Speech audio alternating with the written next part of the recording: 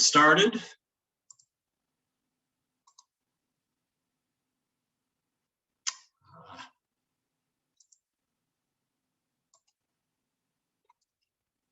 There we go.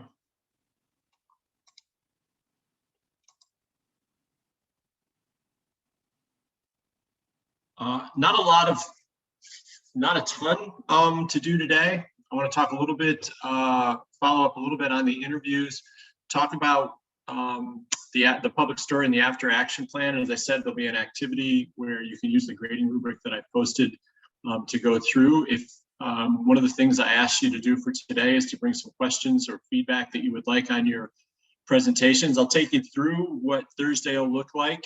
And for the 7 or so of you that still have not turned in the survey, if you would like to do that, there will be an opportunity to do that at the end. Whoops. Okay, just a little bit on what I'm seeing and how this, I'm doing this as a form of feedback, because this might help you as you're putting together your final talks. So one of the important things about the design process is this idea of prototyping. And the prototyping that we've talked about are the life design interviews and discussions. From those discussions, and a number of you have done this, you get some insights or answers to your questions. Those are important because it's those insights that you're going to take, in addition to the other work and research that you do, to try to get answers to the questions that people that are experts in these different areas can provide for you, right? So the insights go into the particular experiences.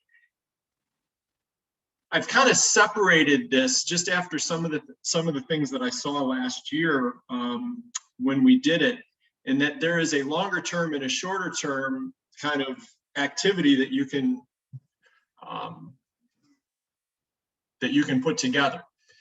Your study away that might be in your junior year is a long time, and for you to say I'm going to Portugal or I'm going to do the one in Rome right now is probably not a reasonable expectation, unless you have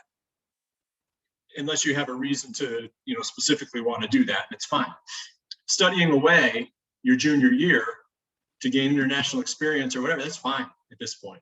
But the things that you would probably do over the summer and the fall, we're looking for a little bit more particular detail on that, and how do we make this actionable, right? And so there's a number of ways you can do it. You have an actionable experience, a contact information, and then a time frame for when it's going to be done. 2021 is not necessarily a time frame to be done, because it's a little bit harder to make it actionable and have some accountability, even if it's accountability to yourself, if there's not a more specific time frame. Also, when you put a time frame in, it shows that you've provided some thought into when it might fit or when it might work, either because of your schedule time or sequentially with other things. So that's really going to be the key part of the insights. But you have to have the insights to be able to do this. Second piece, as you start to pull these insights together, as I mentioned, there are some ways that you can make these insights a more actionable activity or experience that would be part of a plan. And so, as we started to talk about this and writing down the choices, some of you might have something along the lines of volunteer in the spring or summer, or find a club that does something, as opposed to the more actionable piece, which is meeting with Carol Lands and join the pre-health club in May. Attend Health Outreach Baltimore meeting to identify volunteer opportunities related to healthcare in September when you come back to school.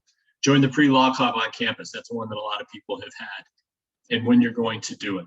So it kind of sets forth a pathway, a sequential pathway with dates that indicates that there is a plan there.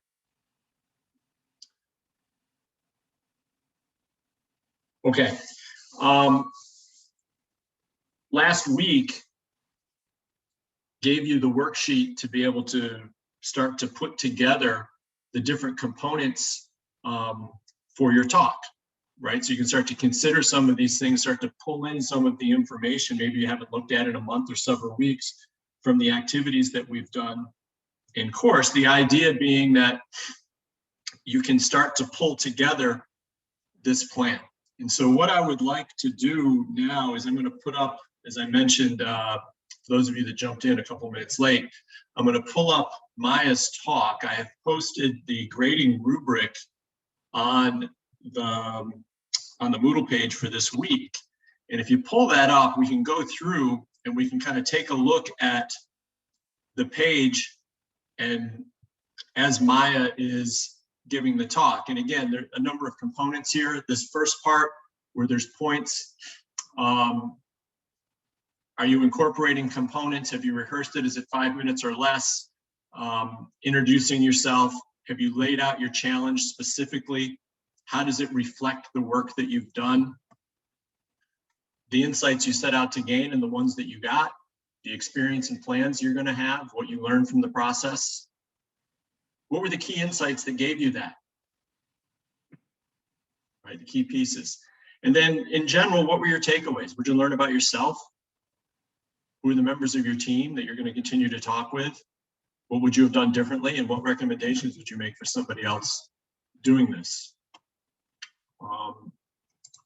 Any questions on that? What we're going to do?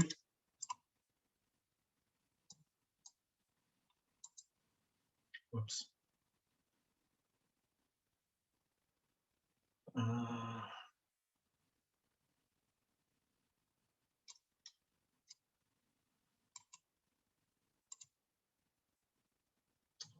Make sure.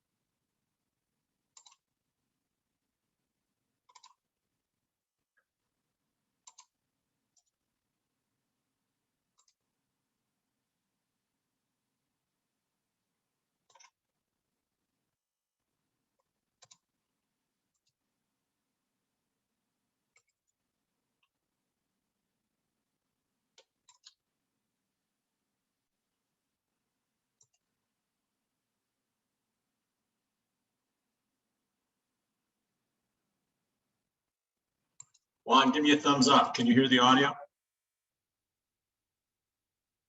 No.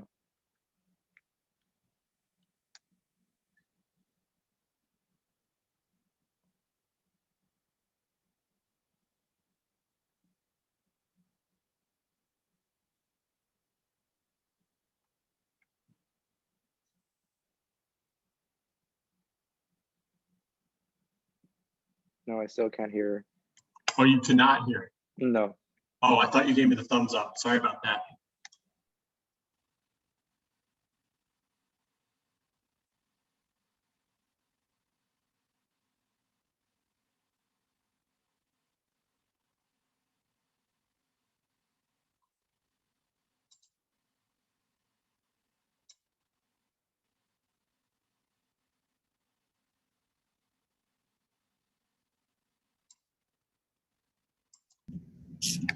So my name is Niara, but I go by Maya, and I'm a Philadelphia native.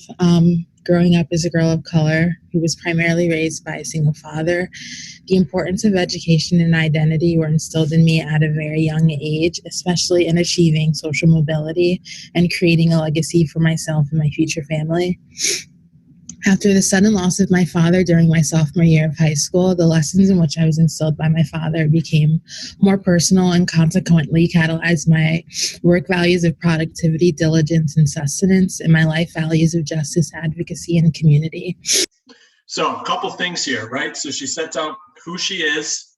Right off the bat, a pretty poignant story about her dad, so where a lot of these values came from. And one of the things that she did that I thought was effective is she talked about her values in general. She had a challenge, her father passed away, and then how has that been carried on? What was her takeaway from that, and how did that shape her values moving forward to where she is now? And keep in mind, it's very, like, I'm not reading her life and her work view here, but she has demonstrated that she has done them. And so as she's talking about her values and her life and her work view, she's also getting points for having one of the components of this whole process up on the screen, right? So right off the bat, she's done the introduction. She's talked about her values. She's utilizing the sources. So there's like 3 or 4 points here about 50 seconds into the presentation. And you're kind of, most people would be kind of compelled by the story. As a young woman searching for both place and meaning in the world, I've explored many different hobbies where I've experienced energy, engagement, and flow. These hobbies have been the gym, reading/writing, and hiking in that corresponding order. Before my regularly scheduled hobbies were interrupted during the new novel COVID-19, throughout the semester, I would typically read and write during my leisure time, use time after classes, and on the weekends to go off campus to the gym and hike with some friends back home. So she's talked about where she gets energy, engagement, and flow. Check. She's got her good time journal up there. Check. The other thing that she did, and you can do this a couple of ways. You can point to a specific interaction you had. Abby, going back home and meeting your sisters and seeing your dog. Or she said she has gone through this journal and she has things that typically, is her word, typically happen over and over again. Things that she recognizes over and over again give her energy, engagement, and flow, right? And then this is going to bring her to her maps, which will reflect those things.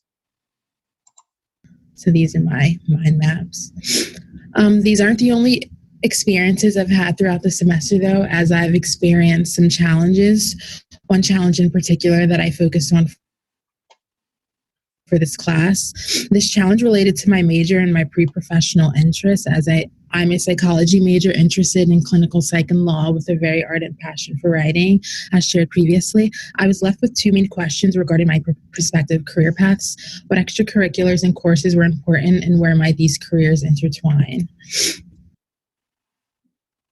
Very clearly, this is my challenge. And there's a number of them that you have. And like I said, it could be your major, or it could figuring out how things go together. The other effective thing that she did in terms of her visuals is not only did she make the statement that was worth a point or two, she made sure it was very clear by giving it its own slide, right? That's not necessarily something that she did. It wasn't an activity, but by making that statement, by saying that and making that statement,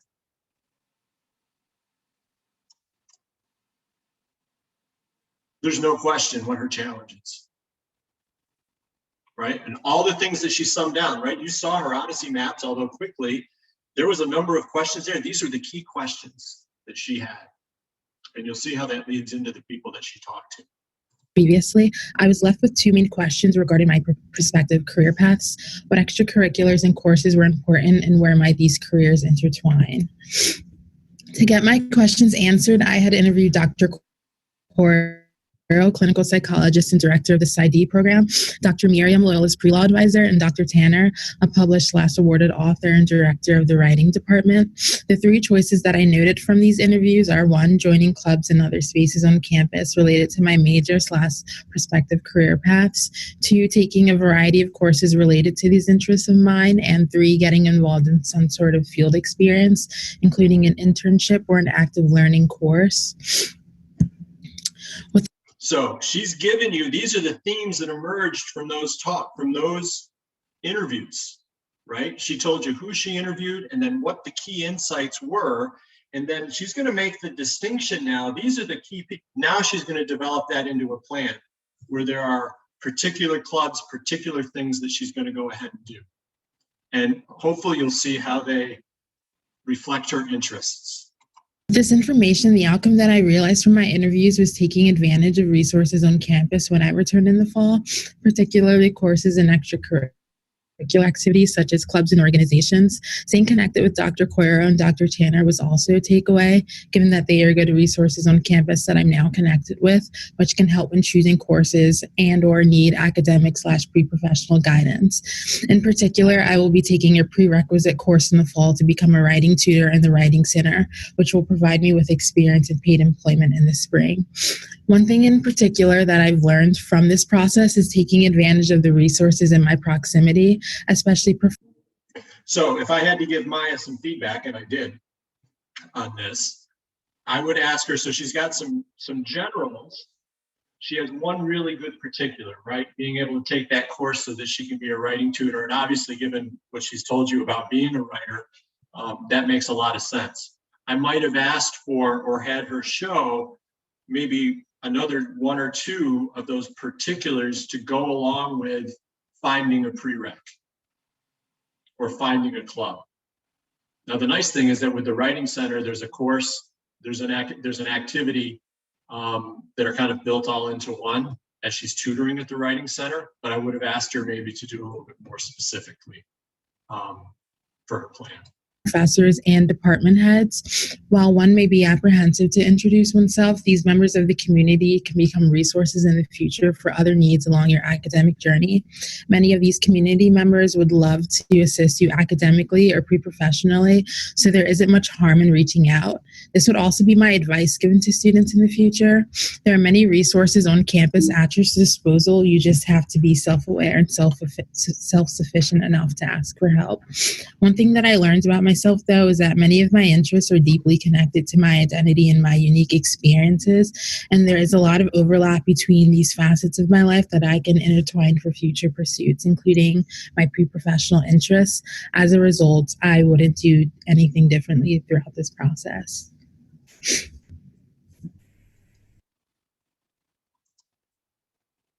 Okay, so also some advice there and some things that she learned to take away. I think one, I'll mention that certainly because it fulfills some of the criteria, but two, just in speaking with a number of you, it's recognizing that there is some value in overcoming that friction or maybe that apprehension to reach out and ask people for help, right? And to be able to engage these resources on campus and actually reach out and talk to them were a big value to her.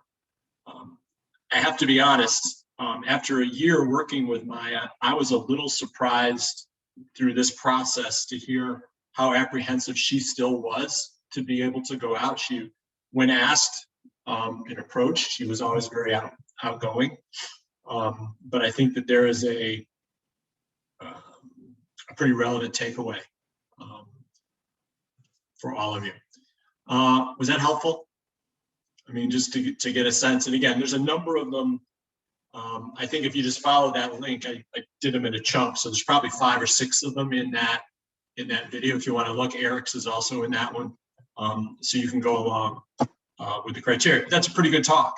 I mean, that talks about what she's about, what she set out to do, what she did and how she did it, and then what she's going to do in the future and what she took away, all in a little less than 4 minutes to be able to do it. All right, so that was probably, if I'm thinking back, that was probably a 14 out of 15, 13 and a half or 14 out of 15 talk, if I remember what we did. I didn't look at her grading sheet particularly, but that was pretty solid. Okay. Any questions on what saw? Any highlights or things that you want to point out that Maya did that were helpful or useful, or maybe turned on a light bulb for you?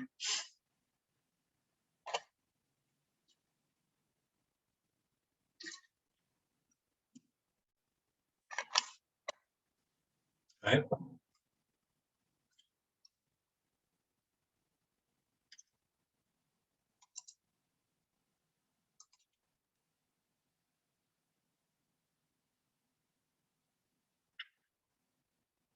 Okay, for Thursday, this is how I foresee the class going. It's going to be, my sense is that it was going to be pretty awkward to give online presentations if half of you are in the class at the theater and half of you aren't. So what I'd like to suggest is that we're totally online on Thursday, and people can just do their video presentations, and we're not worried about. But part of my fear, to be quite frank, is that I'm going to screw up the sound, and it's just going to be hard technically to have you all sharing and then having me work out the sound in the classroom and out. So it's my own insecurity on it. But I'm also thinking that you might enjoy not having to commit. So we will be online on Thursday. Please log into class at 1:35. There's a lot of these to do. If everybody gets 4 or 5 minutes and there's a minute or two for feedback, we're really jammed right up. I asked, and somebody can go ahead and chat me. If there's anybody that wants to lead off, I will do that. At the end of class today, Juan, I'm going to send you a text message. I will post the order. And then if there are 1 or 2 people that can go in the last at 2:55 and 3 o'clock, so the last couple minutes after class, and you're willing to do that, that would also be helpful. You also get to go last. So I will take requests for first and last. Other than that, it will be, unless nobody does it, it'll be totally random. And so Juan, I'll let you know when that's posted. I'll just put it up on the Moodle site. Okay, we have somebody going first. Okay, we really like your presentations to be 5 minutes. They don't have to be 5 minutes. As you saw, Maya's was at like 3:50, I think, and she was able to get all that in. But it can go like, if you get to like 5.5 or 6, I'm probably gonna have to cut you off just so we can get everybody in. And then there'll be a minute or two for feedback and comments. And maybe we'll do something where you can chat the comments too, and then I'll compile those if people don't want to give verbal feedback with that.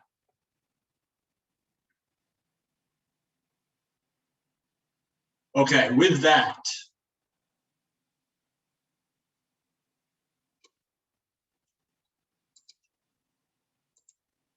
I'm going to open it up. If anybody has particular questions on their presentation,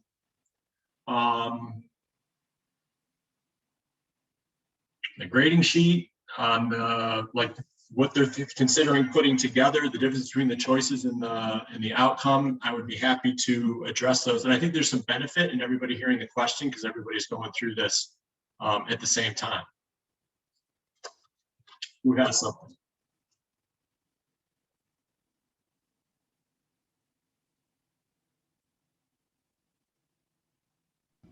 I have a question. Sorry. Yeah, go ahead. Juan, was that you? Yeah. I was wondering, like, where would our Odyssey, our Odyssey plan worksheet fit in this video? Because I took notes and I didn't see like where she would put like Odyssey plan 1, 2, and 3, and like which one or why we chose. Yeah, that's a good question.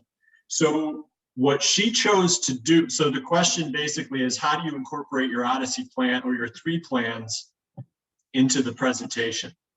So one of the things that I've changed this year is that I'm requiring you to use less things in the presentation. So what Maya did was that she referred to her plans while she had part 1 of the prototype planning sheet on the screen.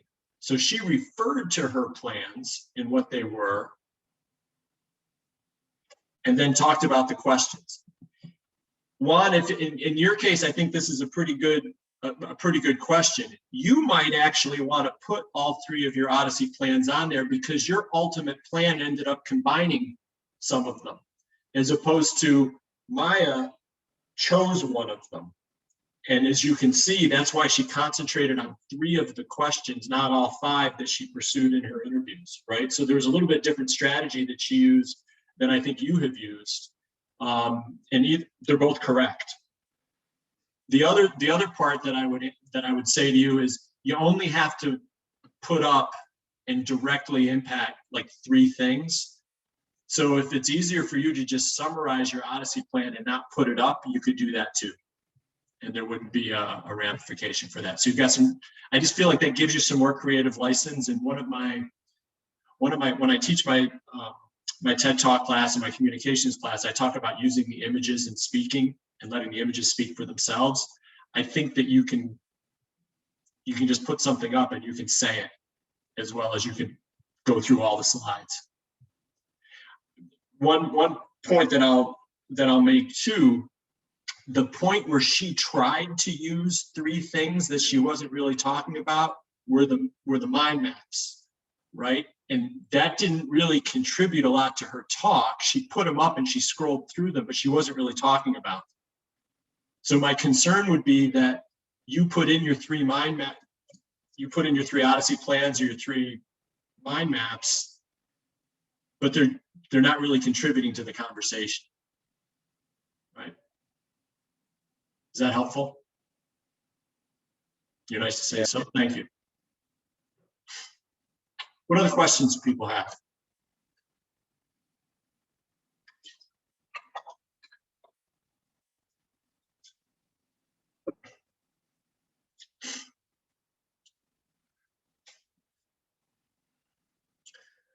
How are people crafting their challenge?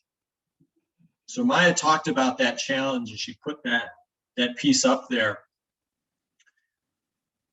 How are people coming with their challenges? Where is that coming from? How are you determining it? How does it fit into your story and the questions that you asked and the conversations that you had?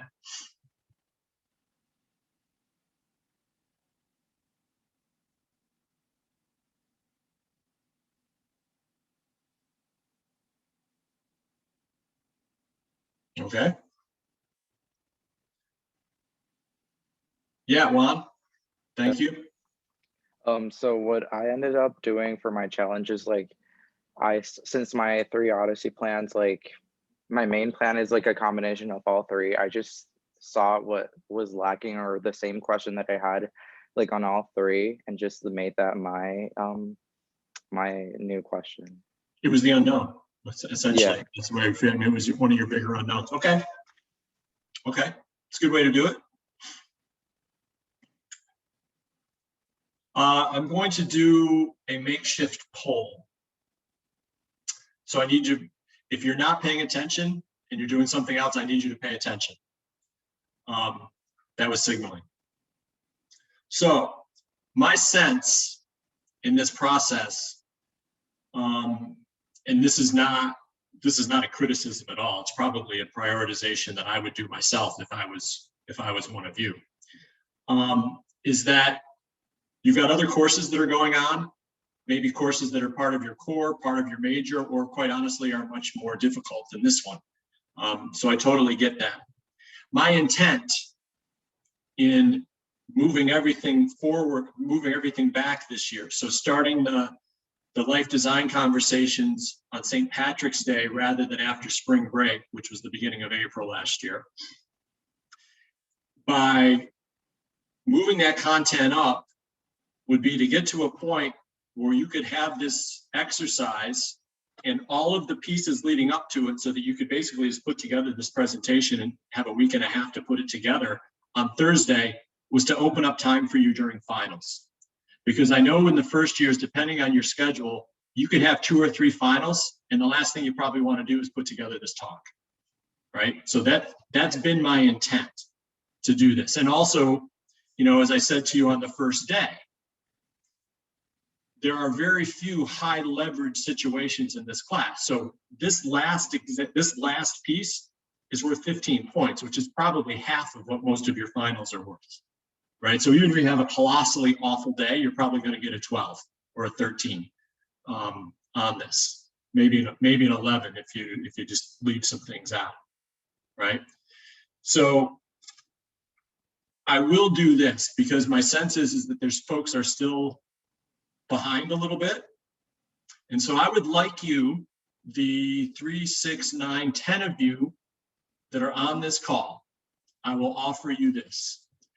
If you want to go ahead and give your talk on Thursday and you think you're prepared, we're still going to do it. If you're somebody who feels like you know what, if I had another couple days, I've got these interviews lined up and I think it'll really give me some insights and I'll be able to fill out and get more out of it and be able to do it. If you would like to give your talk on Friday, the 7th of May at 6:30 p.m., you can do that too. Right? I will open it up. That's unopposed time for everybody. That is our time for the final. So I don't want to take that opportunity away from you. But I also know that there's a lot of you that are just ready to go with this. So what I would like you to do in the chat is I would like you to directly message me, not everybody else, and just let me know whether you want to go Thursday or next Friday on your talk, and then I will put together the schedule. Hopefully that flexibility is helpful to some folks. I wish our final time wasn't on a Friday night, but I don't pick that. So I will have you go ahead and do that and we'll put it together. If you go on Friday, I'm still going to ask you to come to class on Thursday and just see what's going on and provide feedback. I think you'll find that that is helpful. If I don't hear from you, I'm just going to plan on having you on Thursday. There's 3.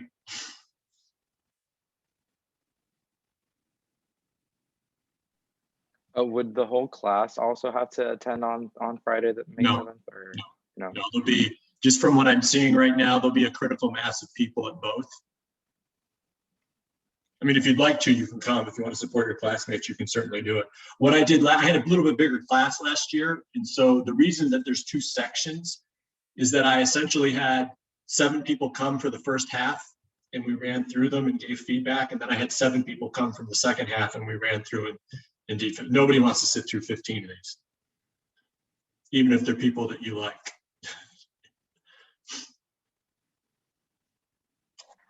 My other question was, would we have to send you our presentation before we present? Does that make sense?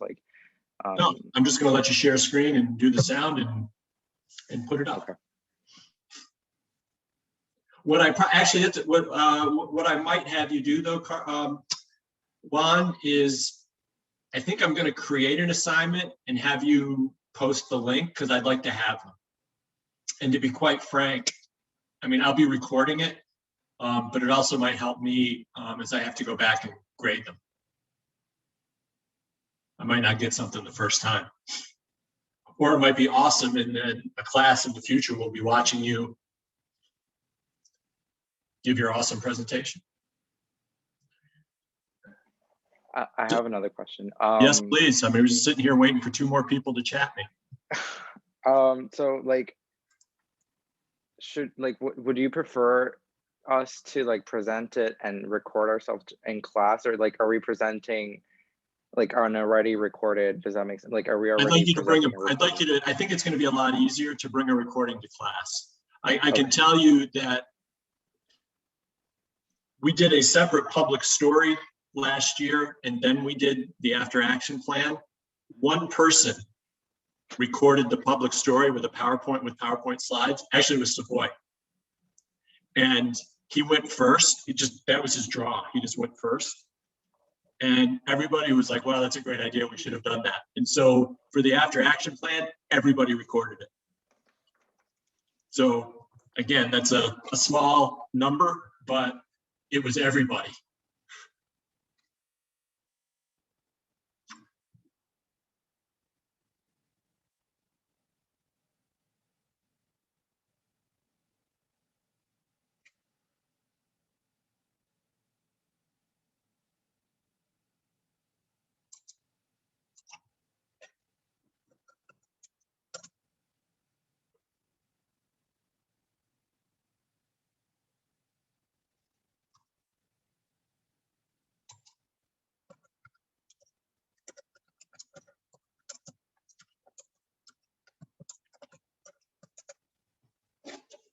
Okay. All right. So I've got it. I will put up a schedule today. Juan, I'll let you know when that is with times.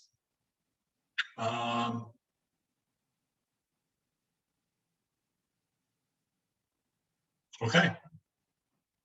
Thanks, everybody. Have a great, it's gorgeous. Have a great afternoon. And good luck. I have to say this because I'm also your advisor. Good luck with your finals. This is the other thing that I will tell you. And it's because it's feedback, it's information that I get from the provost and from academic affairs. We understand that taking 5 or 6 online courses is hard. We understand that some of you are getting vaccinated over the next week or 10 days, or getting your second vaccination, which could be a challenge. Like I kind of felt a little bit like I had the flu, I had a sore arm. So there is a little bit of that going around. If you have to travel to get your vaccination, maybe you got one, I'm trying to think of the timing here, but maybe you got one over spring break and now you're getting the second one and you have to travel, and that's impacting your ability. Please know that the faculty have been instructed and requested, and just about everyone that I know will be accommodating to you if you have to make an arrangement on your finals. We have never had the latitude to be able to provide this flexibility with final exams. Usually you have that 3-hour block of time and that's it, because grades have to be in 72 hours. So if you feel like you're being challenged by your circumstance and it's going to impact your finals, please reach out to your instructor beforehand and try to make arrangements. We are instructed and asked, and like I said, willing to help with that. All right, so don't feel like you're putting a burden on anybody or it's going to make it look like you're not doing your work or pulling your weight. That's the reality of what we're doing right now. If you need me as your advisor to facilitate that, I'm happy to do it. Right? I'm happy to do it. If you feel like you're in a bad spot with your schedule, if you have 3 finals in one day, I'm trying to think if I've heard this here, but at most other institutions that I've been at, most folks recognize that that is just a bad draw and bad luck that has nothing to do with you or your ability to do it. And again, I would reach out, pick your favorite instructor out of those 3 and explain that situation. Say, I have 3 finals that day, and I don't feel like I'm going to be ready to be prepared. Can I make other arrangements? And if they can, most people will try to accommodate that because it's for a good reason. But you need to ask in advance. So that's kind of on you to take a look at your schedule and kind of see how this is going to play out. And again, if I can facilitate that, send an email, I'm happy to do it. There's a lot going on. Don't make any bad choices.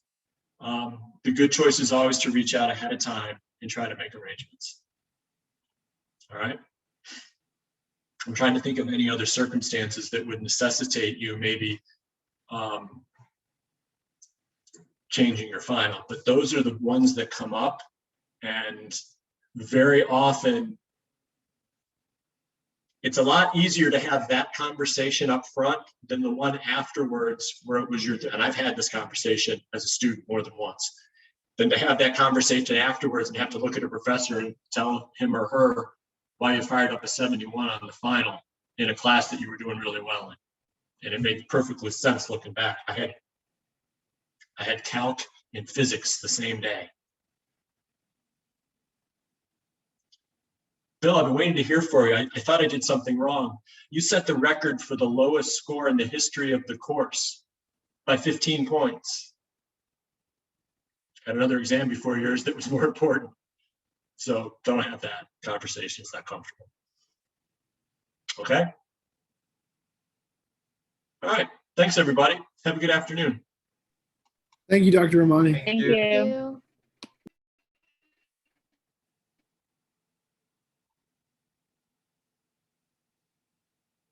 Juan, do me a favor. Yeah. Whatever favor might involve this conversation, but I want you to do me another favor first. I want you to read my comments and turn in the second half of your project so I can grade it. Yeah, I read it yesterday. Okay. I'll email you afterwards because like I can't. I'll look for it, but I couldn't find the second half. I thought Okay. But that's the issue. Is that yeah. That's like there's nothing to grade. Yeah. So I Yeah. get it.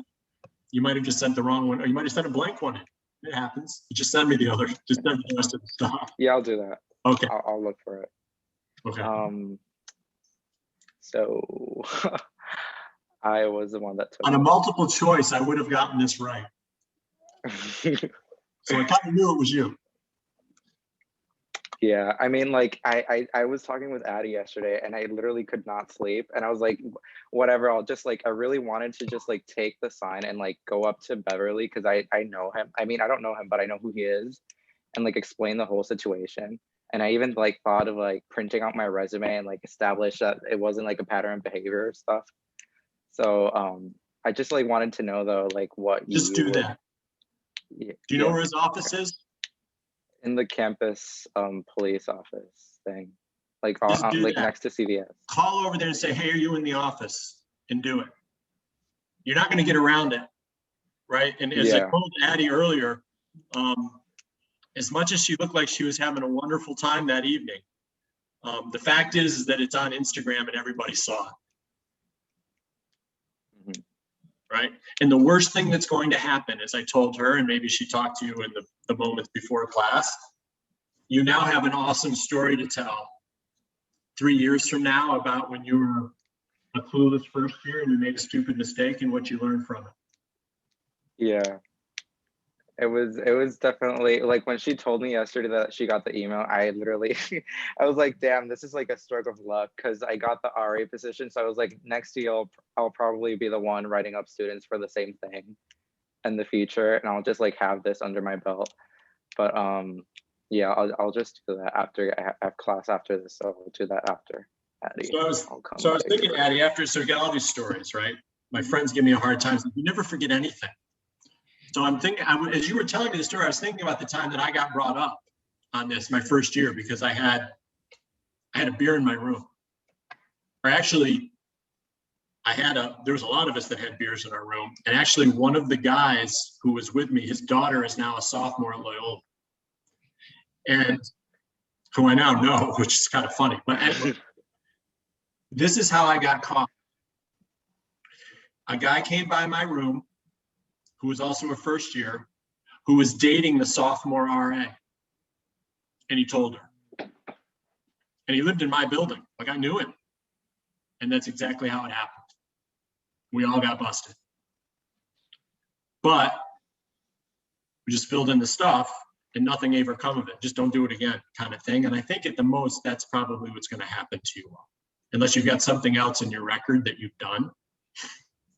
So, I mean, being as direct as possible probably isn't going to hurt you here, right? And I mean, I don't know him.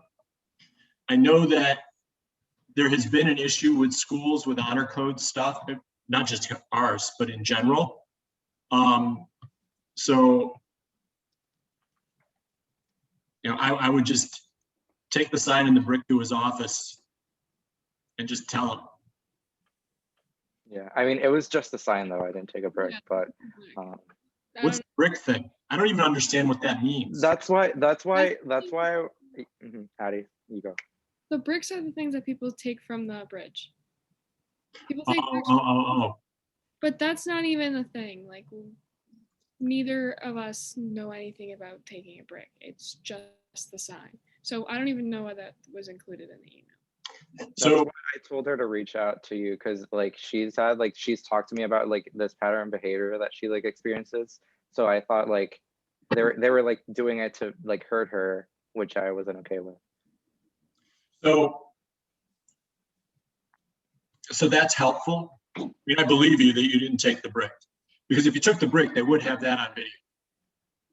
Right? Exactly. I mean, that's how people get caught. Even I know that. That's how people get caught taking the bricks. And I want to take the bricks too, because they slide and I almost trip going over the damn bridge all the time, right? My Messina class last year was over the bridge in Hopkins. But I would use that, bring them the sign and just say, hey, this is the sign. We took it. We were intending to bring it back, but then we didn't want to bring it back because we thought we would get in trouble bringing it back. I don't know what you're talking about with a brick. And I would say, like, we've had an issue. Addie's had an issue with her roommates, with other instances where they've tried to get her in trouble. And I'm not sure, and you could say, I'm not sure if that's what happened here,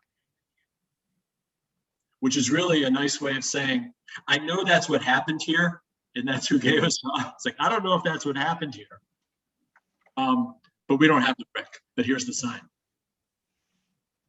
Okay, yeah. And you could even ask, like, is there, if you don't mind me asking, could you tell me, is there a reason that you think we have a brick? Mm-hmm. Right? And then what he will probably do, if he's really good, he will say, that was the information that we have. Or he will say, we were missing bricks and we thought it was you, but we're not sure. Or if he's careless, what he will say is, well, we have reports. And if he says that, you know somebody turned you in. If we ask, and you have an idea who it is. Who it was, probably not, right? Do you need to? No, it just would be nice to have confirmation. Well, and that's where you could go, where if there's reports and you could say, well, that's what I was afraid of, because there's been issues with the roommates doing this in the past. That's not going to help you, because ultimately you do have the sign. Like if there wasn't that picture and they just reported that you had a sign and it was a hearsay thing. Mm-hmm. Who tripped you? Was it Juan? No. I wasn't even there. I wasn't even there. I didn't even know that she took the picture. I found out yesterday. You liked it. Yesterday after you told me, Addie, whatever. I mean, like, I understand my whole thing, and I told her, Addie, you can't, it's like killing someone and taking a selfie with a dead body. I and like deleted posting it. Only the dead body wouldn't be standing up like the sign was. Yeah. Speaking of forensics. No, but yeah. The question is, how are you going to get from your dorm to public safety carrying that sign? I'm probably gonna get on the bus and I'm good. I don't know. Take a picture of that. Yeah. I think I'm gonna do The that. Loyola Yeah. shuttle with the DGA sign. Yeah. Addie, I think I found my third shout out at Barstool Loyola. I think this is gonna be it. Returning stolen property. What are you doing with Barstool? No, the thing is that like the first week I got here, I was like dancing and they could see like from outside the room me dancing and like music on. So I got on Barstool, and then the second time an egg exploded during your class in my microwave. And I took a video of it, and then that got posted on Barstool. So yeah. I have a friend of mine who is the Barstool facilitator at Ithaca College. He's a junior. That's cool. I follow Barstool. It's like super interesting. It's a really unique like way to come like to reach out to students. Do you gamble on sports? No, my room and my suite mates too, and they have their own club. Do you know cómo se llama el club de Thomas y Loyola Superfans? Loyola Superfans, and they like make money. They've done like $500 and stuff. So yeah,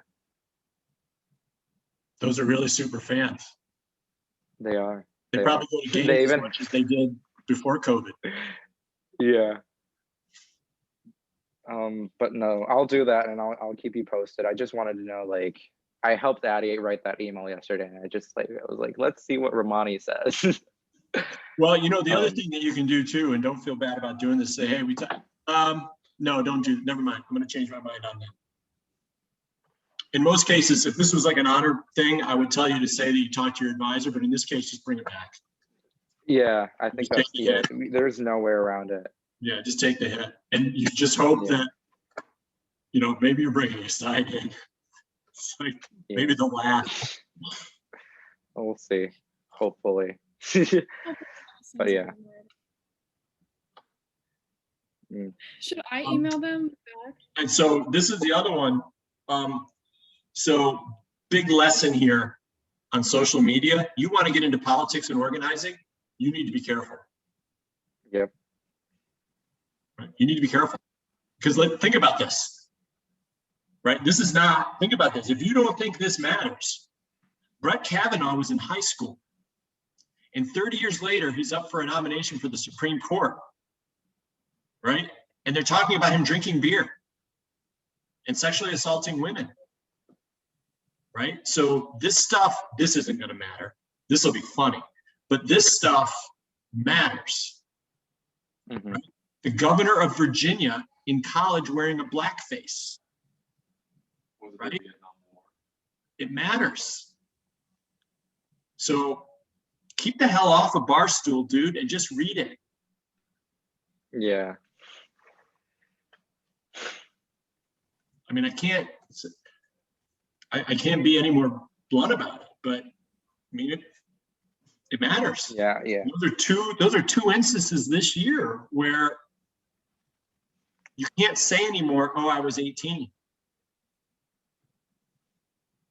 Because there's video footage now.